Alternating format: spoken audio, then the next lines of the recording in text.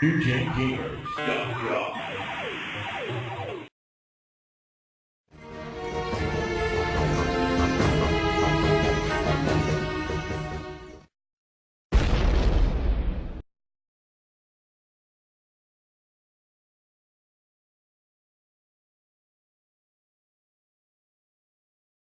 So now we're going to be taking a look at what is called the SEGA Generator Volume 1. It's one of those, kind of like demo disc, like the PlayStation Underground. Yeah, this one actually came packed in with some consoles. Yeah. So this was another one of those first tastes that people got of the system. And also there was a Volume 2. Yes, there was a Volume 2 that had different demos on it. You can see Sonic, House of the Dead. You had the fighter from Ready to Rumble. Alright, now, So you've here we got got the Dreamcast logo, Dreamcast Sampler, and like it's pretty simplistic. We've already played Sonic Adventure. There's SEGA SEGA Bass Bass Station. We have Champ Car Racing, Flag to Flag. House of the Dead 2. MFL 2K was only a movie. Yeah. But we'll be covering that FMV. later on. NBA 2K. We were planning on covering, but I have purchased two copies of this. Both copies that we have of this game Don't work. they just don't want to work. So we've ended up having to cut NBA 2K. So you know what? Since I can't show you NBA 2K, I'm gonna go ahead and play the movie. NBA 2K. Right.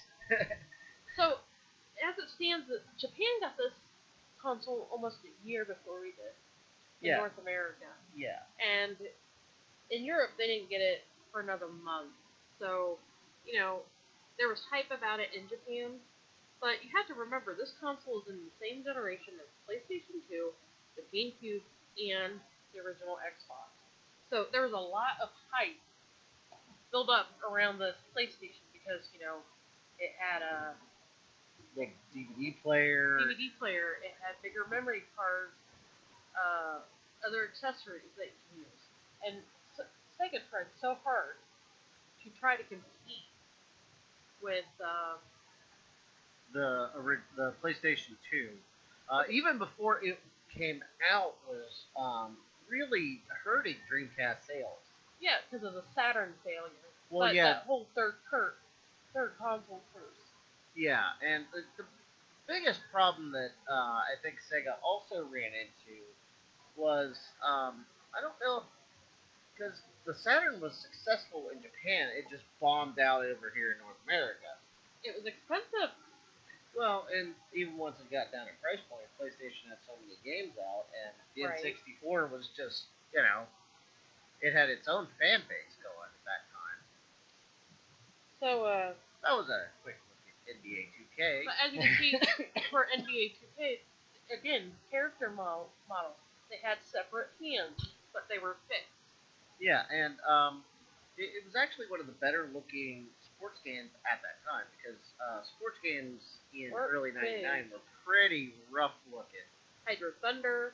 There's a movie for Hydro Thunder. Also, launch title. And yes, Hydro Thunder. A launch title. A launch title. Blah, blah. I've actually killed a couple of lunch breaks on Hydro Thunder.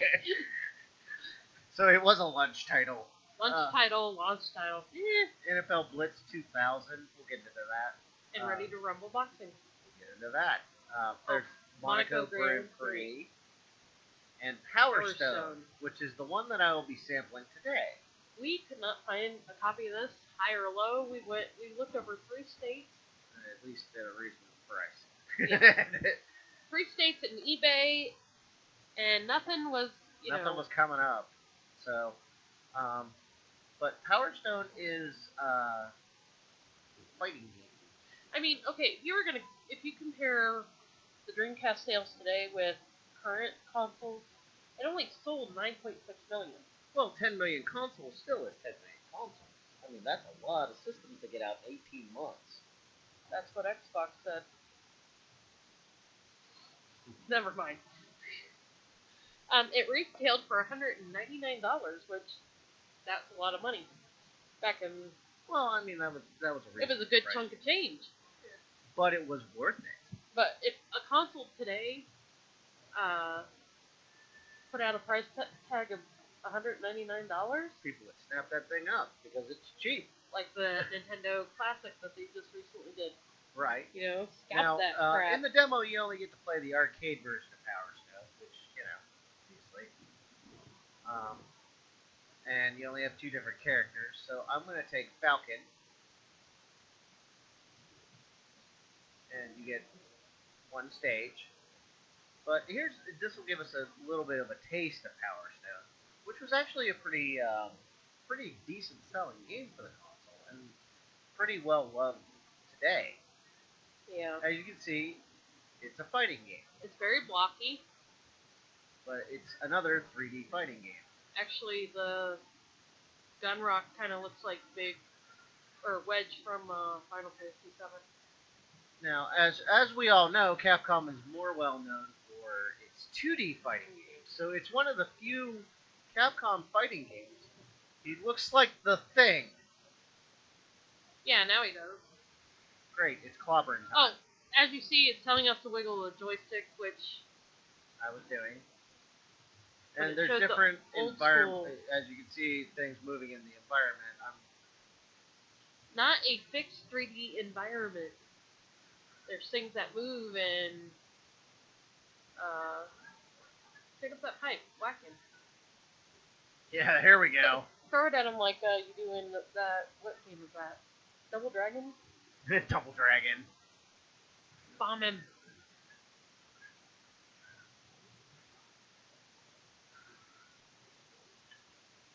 But the thing, as you can see, the power bars are up at the top, but different. in the middle of the screen down at the bottom is the kind of like the map,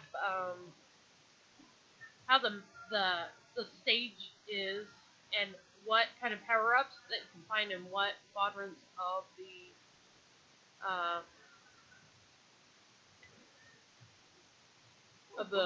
stage. Oh no, it's a gun! Nice, shoot his ass.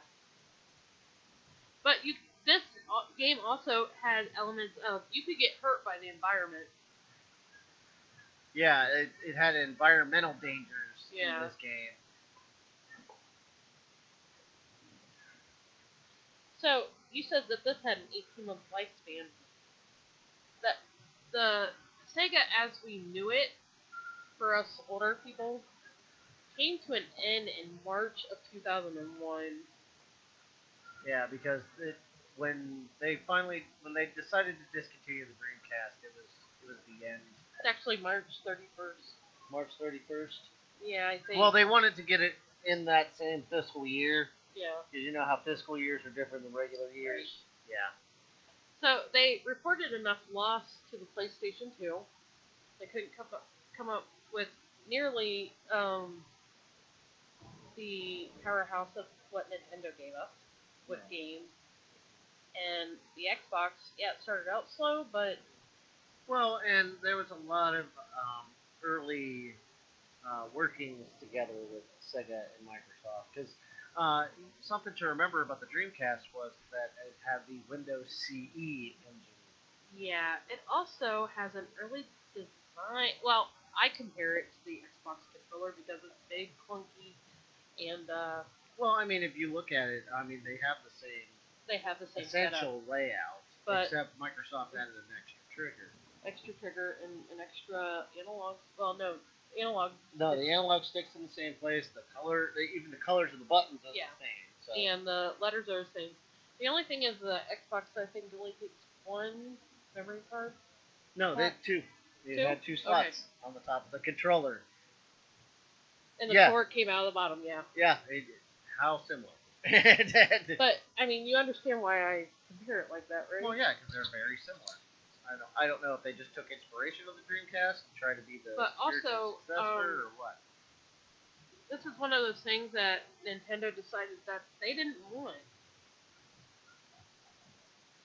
It was basically,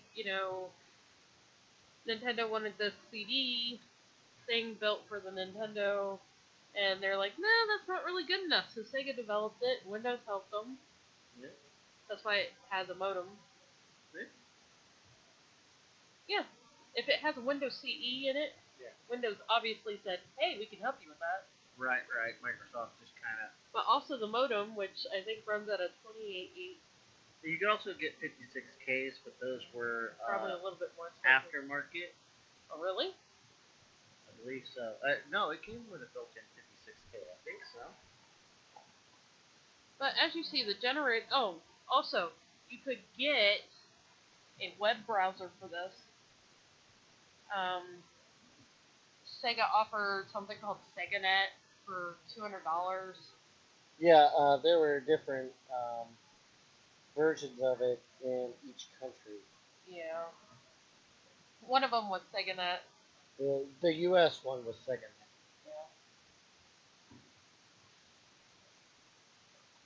Alright, we're going to go ahead and move on to our next title. I hope you enjoyed the generator. It should be fun.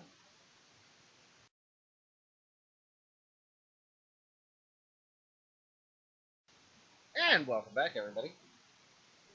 The next title we're taking a look at is Silent Scope. You ever feel like you want to go around and shoot people in the head just for fun? Not particularly. I'm not a psychopath. Okay, well, you're going to be turned into one here in a minute. No, I'm pretty sure you have some sort of objective here.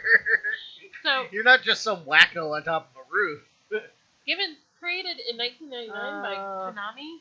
Oh, wrong controller. Well, we gotta do a little memory card switching. Oh, really? Oh, this game can. It came with a warning. It came with epilepsy warnings.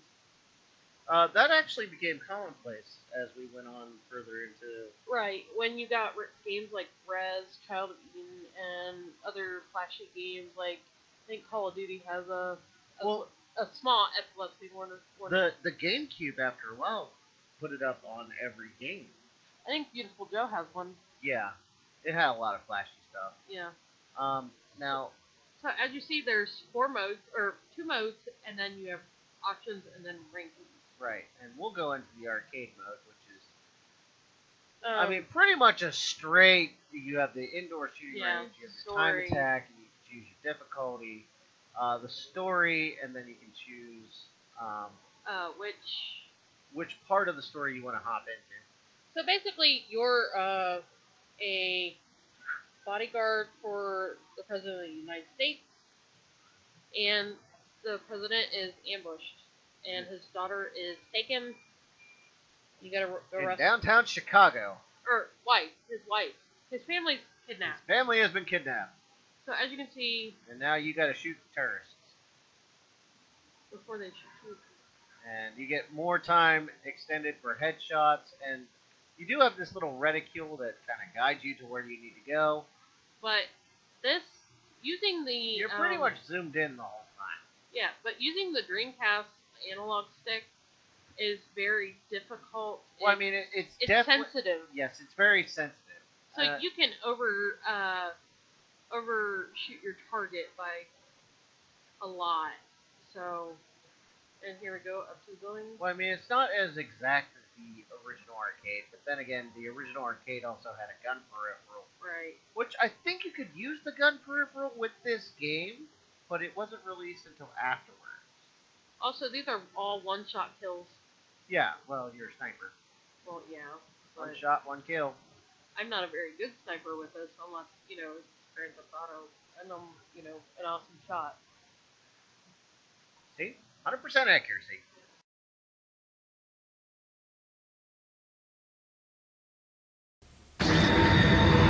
Watch this. I've got a plan. Yes. I can beat this thing. X. Why? Nothing from out right here.